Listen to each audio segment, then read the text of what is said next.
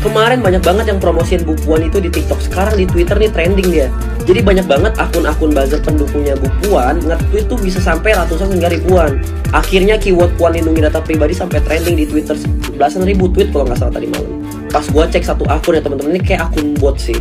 Karena dia tiap menit cuma nge-repeat berita-berita yang udah di tweet sebelumnya, dan itu mencapai ratusan ribuan. Menurut gue ya, kampanye kayak gini tuh gak efektif sama sekali. Mereka cuma pengen ngejar trending Twitter aja buat nama Puan di sana. Dan dugaan gue yang nge-tweet itu yang bikin trending Bu Puan itu akun bot kayaknya. Soalnya kalau orang yang nge-tweet capek gak sih kayak kopas-kopas, terus habis itu tiap detik beda berita gitu sampai ribuan. Sampai satu akun tuh ada yang maksimal 9.000 tweet. Menurut gue kampanye kayak gini bener-bener gak efektif teman-teman. Kayak gimana ya?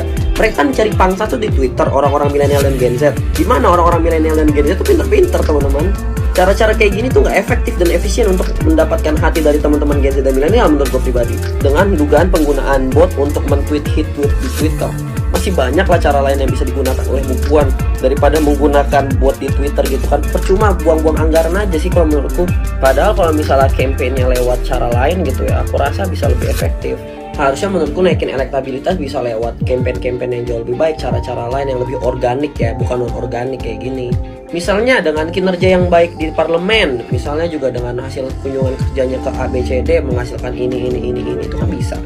Terus dengan cara membuat edukasi seminar webinar bersama dia gitu. Terus sebenarnya banyak banget cara sih buat Gen Z dan milenial. Menurut gua cara yang pakai bot-bot untuk naikin elektabilitas atau pakai bot-bot buzzer gini untuk meningkatkan nama awareness itu kurang banget. Kalau menurut kalian gimana? Drop di komen ya tanggapannya. Kemarin banyak banget yang promosiin Bu Puan itu di TikTok. Sekarang di Twitter nih trending dia.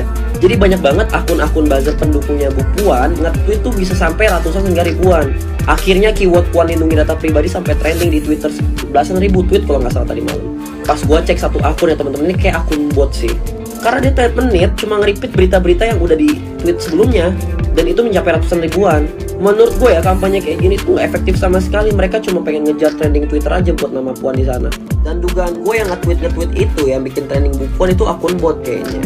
Soalnya kalau orang yang nge-tweet capek gak sih kayak kopas-kopas, terus habis itu tiap detik beda berita gitu sampai ribuan. Sampai satu akun tuh ada yang maksimal 9.000 tweet. Menurut gue kampanye kayak gini bener-bener gak efektif teman-teman. Kayak gimana ya? Mereka kan cari pangsa tuh di Twitter, orang-orang milenial dan Gen Z. Gimana orang-orang milenial dan Gen Z tuh pinter-pinter teman-teman. Cara-cara kayak gini tuh gak efektif dan efisien untuk mendapatkan hati dari teman-teman Gen Z dan milenial menurut gue pribadi. Dengan dugaan penggunaan bot untuk men-tweet hit tweet di Twitter. Masih banyak lah cara lain yang bisa digunakan oleh Bu Puan daripada menggunakan bot di Twitter gitu kan. Percuma buang-buang anggaran aja sih kalau menurutku. Padahal kalau misalnya campaign-nya lewat cara lain gitu ya, aku rasa bisa lebih efektif.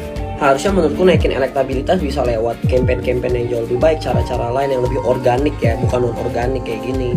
Misalnya dengan kinerja yang baik di parlemen, misalnya juga dengan hasil kunjungan kerjanya ke ABCD menghasilkan ini itu kan bisa.